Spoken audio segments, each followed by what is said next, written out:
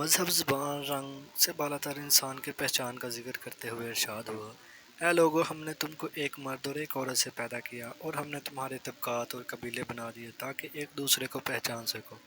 بے شک اللہ کے نزدیک تم میں عزت والا وہ ہے جو سب سے زیادہ اللہ سے ڈرنے والا ہے، بے شک اللہ سب کچھ جانتا باخبر ہے۔ احترام انسانیت اور حدیث مبارکہ۔ ایک مرتبہ حضور صلی اللہ علیہ وآلہ وسلم تشریف فرما تھے کہ آپ صلی اللہ علیہ وآلہ وسلم نے بیت اللہ کی طرف اشارہ کر کے ارشاد فرمایا، اے بیت اللہ، تو بڑی عزت والا ہے، مگر مجھے میرے رب کی قسم ایک انسان کی حرمت تجھ سے بھی زیادہ ہے۔ رحمت دو عالم صلی اللہ علیہ وآلہ وسلم نے انسان کی حیثیت کو خطبہ حجۃ الوداع میں یوں فرمایا، اے لوگو، خبردار ہو جاؤ کہ تمہارا رب ایک ہے اور بے شک تمہارا باپ ایک ہے۔ کسی عربی کو کسی اجمی پر اور کسی اجمی کو کسی عربی پر، کسی گورے کو کسی کالے پر اور کسی کالے کو کسی گورے پر کوئی فوقیت حاصل نہیں سوائے تقویٰ کے۔ مزید ارشاد فرمایا، تمام انسان آدم کی اولاد ہیں اور آدم کی حقیقت اس کے سوا کیا تھی کہ وہ مٹی سے پیدا کیے گئے۔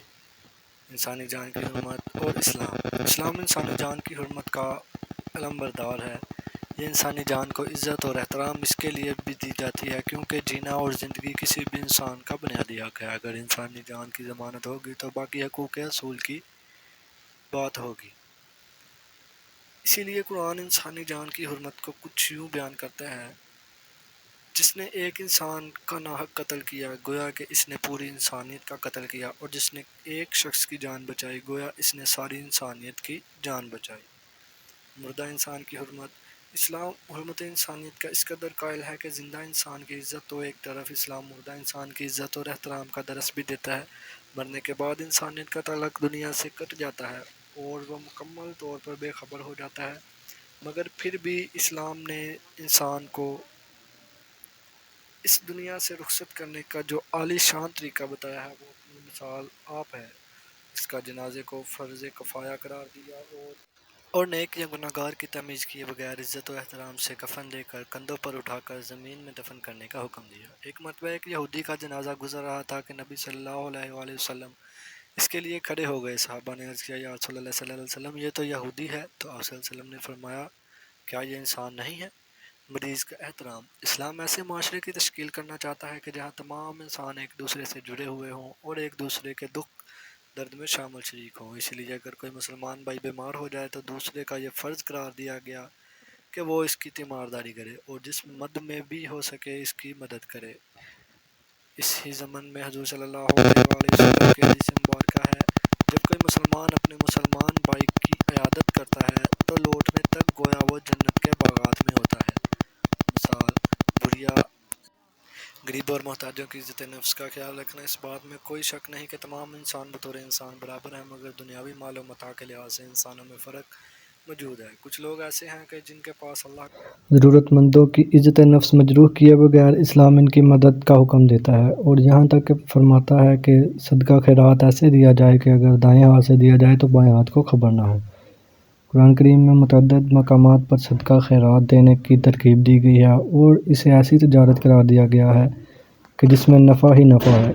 اسی طرح حضور صلی اللہ علیہ وسلم کے دور میں جب مسلمانوں کو پینے کے پانی کا مسئلہ درپیش آیا تو آپ صلی اللہ علیہ وسلم نے فرمایا کہ کون ہے جو یہ پانی کا کنواں خرید کر مسلمانوں کے لیے وقف کرے، میں اسے جنت کی ضمانت دیتا ہوں۔ اس پر حضرت عثمان رضی اللہ تعالیٰ عنہ نے لبیک فرمایا اور کنواں خرید کر مسلمانوں کے لیے وقف کر دیا۔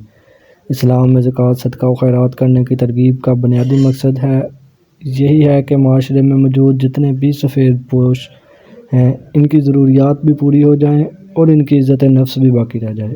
انسان تو ایک طرف، اسلام تو جانوروں اور درختوں کا بھی خیال رکھنے کا درس دیتا ہے۔ اسلام کی انسان کے لیے حرمت اور عزت کے لیے اس سے بڑھ کر اور کیا دلیل ہو سکتی ہے؟ جو مذہب جانوروں اور درختوں کا بھی خیال کرنے کا درس دیتا ہے تو اس کا احترام انسانیت کتنا ہے اعلیٰ ہوگا۔ جانوروں کا خیال رکھنا۔ ایک مرتبہ جب اللہ کے پیارے حبیب حضرت محمد صلی اللہ علیہ وآلہ وسلم نے دیکھا کہ ایک مالک اپنے اونٹ سے کام لیتا ہے اور اس کے کھانے پینے کا خیال نہیں رکھتا تو آپ صلی اللہ علیہ وسلم نے اس پر ناراضگی کا اظہار فرمایا۔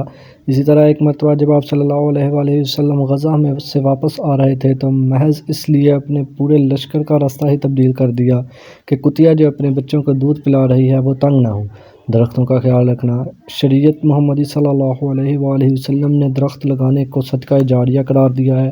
زمانہ امن تو ایک طرف، زمانہ جنگ میں بھی درختوں اور کھیتوں کو خراب کرنے سے منع فرمایا ہے اور درخت لگانے کی اس حد تک تاکید کی ہے کہ آپ صلی اللہ علیہ وآلہ وسلم نے فرمایا کہ اگر تم پودا لگا رہے ہو اور اسی دوران قیامت آ جائے تو تم پھر بھی اپنے اس عمل کو جاری رکھو۔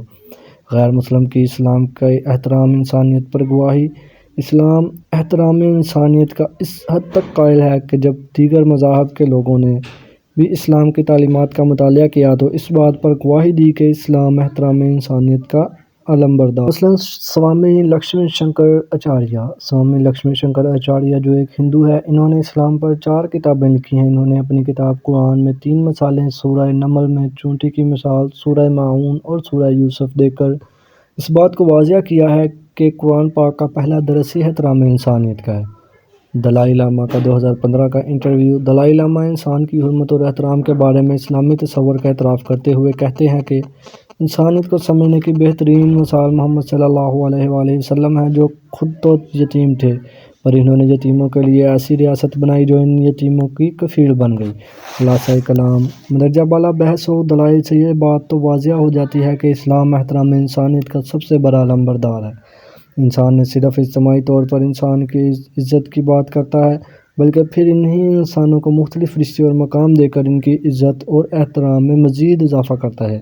اسلام کا یہ دامن شفقت صرف مسلمانوں کے لیے نہیں بلکہ تمام انسانوں کے لیے ہے۔ اس کے بعد صرف رشتہ داروں کو ہی عزت کے قابل نہیں سمجھا گیا بلکہ پڑوسی، مزدور، ضرورت مند، مسافر، قیدی، غلام وغیرہ ہر ایک کو بطور انسانیت عزت کے اعلیٰ مسند پر بٹھایا ہے۔ انسانوں نے انسانیت کے لیے بہت سے خود ساختہ تصور بنائے ہوئے ہیں، مگر آج بھی انسان یہ چاہتا ہے کہ آج کے انسان کو اس کا وہ مقام، عزت و احترام ملے تو پھر اس کو اسلام کی ان تعلیمات کی طرف لوٹ کر آنا ہوگا جو انسان کو اس کا اصل مقام دیتی ہے۔